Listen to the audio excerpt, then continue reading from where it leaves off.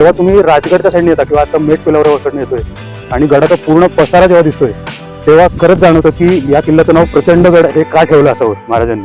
त्यावेळची ही एक रूढ वाट असावी अशा थोड्याशा खुणा आणि थोड्याशा इंडिकेशन्स इथे.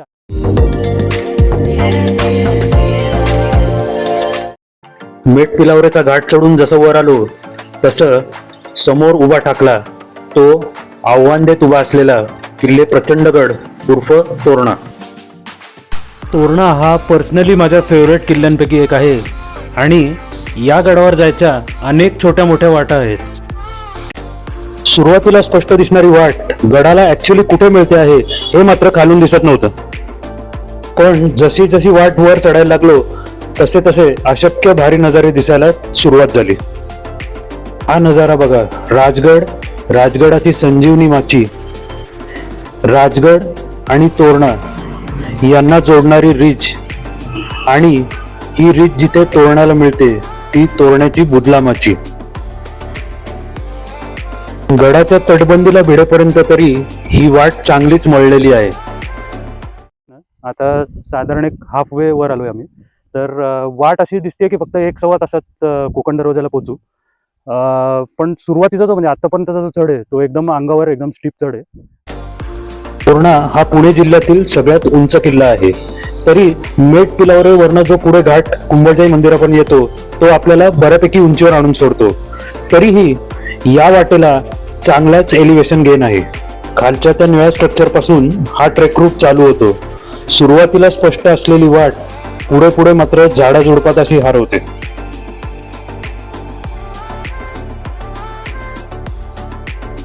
या ट्रेकचं सगळ्यात प्रकर्षाने जाणवलेलं वैशिष्ट्य म्हणजे इथे असलेल्या कातळातल्या पायऱ्यांसारखी स्ट्रक्चर्स.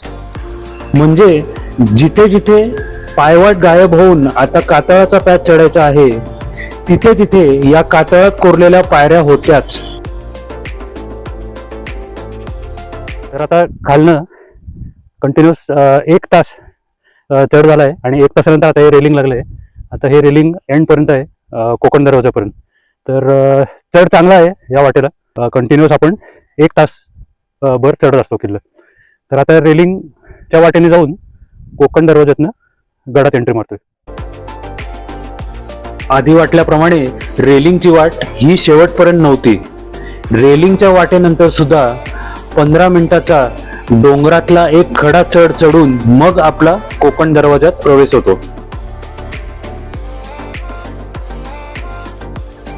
आता चढाच्या अगदी शेवटच्या टप्प्याला आलो होतो आणि कोकण दरवाजा नजरेसमोर दिसत होता. मगाशी म्हणल्याप्रमाणे रेलिंग नंतर हा 10 मिनिटाचा डोंगरातला टप्पा आहे जो आपल्याला आणून सोडतो ते थेट कोकण दरवाजापाशी. 1.25 तासांनी अखेर चढ संपला आणि समोर दिसला तो तोरण्यावरचा एक अद्भुत नजारा. कोकण दरवाजा हत्तीमाळ बुरुज हा तोरण्यावरचा एक सर्वात सुंदर भाग आहे हे नक्की. महाराजांच्या इतर किल्ल्यांप्रमाणे गडाचा दरवाजा इतका भव्य असून सुद्धा सहजासहजी तो नजरेस पडत नाही. या भव्य गडावर 15 ते 20 मिनिटं थांबून आजूबाजूचे विलक्षण नजारे बघून शेवटी भयंकर उताराच्या परतीच्या वाटेला लागलो. 2 गोष्टी इथे लक्षात ठेवण्यासारख्या की थोडा टाइम कमी लागला तरी मी म्हटलं तसं हा खड्या चढणीचा रस्ता आहे. स्टार्ट टू एंड पूर्ण चढण आहे, त्यामुळे दम खूप लागतो इथे. आणि तसंच येताना डिसेंटचा ग्रेडियंट थोडा जास्त आहे. सो एकदम शार्प डिसेंट आहे राईट शेवटपर्यंत पार्किंगपर्यंत. तर ही एक गोष्ट लक्षात ठेवण्यासारखी आहे. दुसरी गोष्ट अशी आहे की इथे आता आम्ही बघतोय जी वाट आहे ती दगडात नाही किंवा मोस्टली इथे ग्रॅव्हल किंवा स्क्री असे लूज माती पण खूप आहे. त्यामुळे चांगले ट्रेकिंग शूज आणि तुम्हाला सवय असेल तर ट्रेकिंग स्टिक हे या वाटेवर मस्ट आहे. तर या 2 गोष्टी लक्षात ठेवून तसा हा सोपा ट्रेक मार्ग आहे. फारसा काही खडतर नाहीये. 1-1.25 तासाचा पूर्ण मामला आहे. बरीच वाट उतरून खाली आल्यावर मागे वळून परत एकदा या विलोभनीय अशा ट्रेक रूटचे आणि प्रचंड अशा तोरणा किल्ल्याचे थोडा वेळ दर्शन घेतले. खाली जे मेट पिलावरे गाव आहे ते आपण राजगडाचा जो राजमार्ग आहे पाली दरवाजाचा त्याच्या खाली जे पाल बुद्रुक गाव आहे तर त्या पालपासून हे मेट पिलावरे गाव खूपच जवळ आहे. ही एक गोष्ट झाली. दुसरी गोष्ट आम्ही अशी ऑब्झर्व केली की ही जी वाट आहे ही अशी व्हॅलीमधली नसून ही बऱ्यापैकी रुंद वाट आहे, म्हणजे पूर्ण वरपर्यंत, आणि वेल मार्क्ड वाट आहे, आणि ही जाते डायरेक्ट कोकण दरवाजाला. तर हा दुसरा पॉईंट झाला. तिसरा पॉईंट असा झाला की या वाटेवर बरेच ठिकाणी म्हणजे 2-3 तरी ठिकाणी असे कातळ कोरलेल्या पायऱ्यांसारखे स्ट्रक्चर दिसत होते. म्हणजे थोडंसं जिथे दगड किंवा कडा चढून वर जायचे त्या ठिकाणी नीट अशा पायऱ्या अरेंज केलेल्या जुन्या पायऱ्या होत्या असं वाटत होतं. असं 2-3 ठिकाणी तरी होतं. हा तिसरा पॉईंट. तर हे 3 पॉईंट लक्षात ठेवून असं म्हणता येईल की असं वाटतं म्हणजे की हा स्वराज्य काळात हा चांगल्याच वापराचा रस्ता असेल. तसं बघितलं तर राजगडवरनं उतरून पालीवरनं मेटपिलावरीवरनं तर हा शॉर्टेस्ट रूट तेव्हाचा असेल असं वाटतं.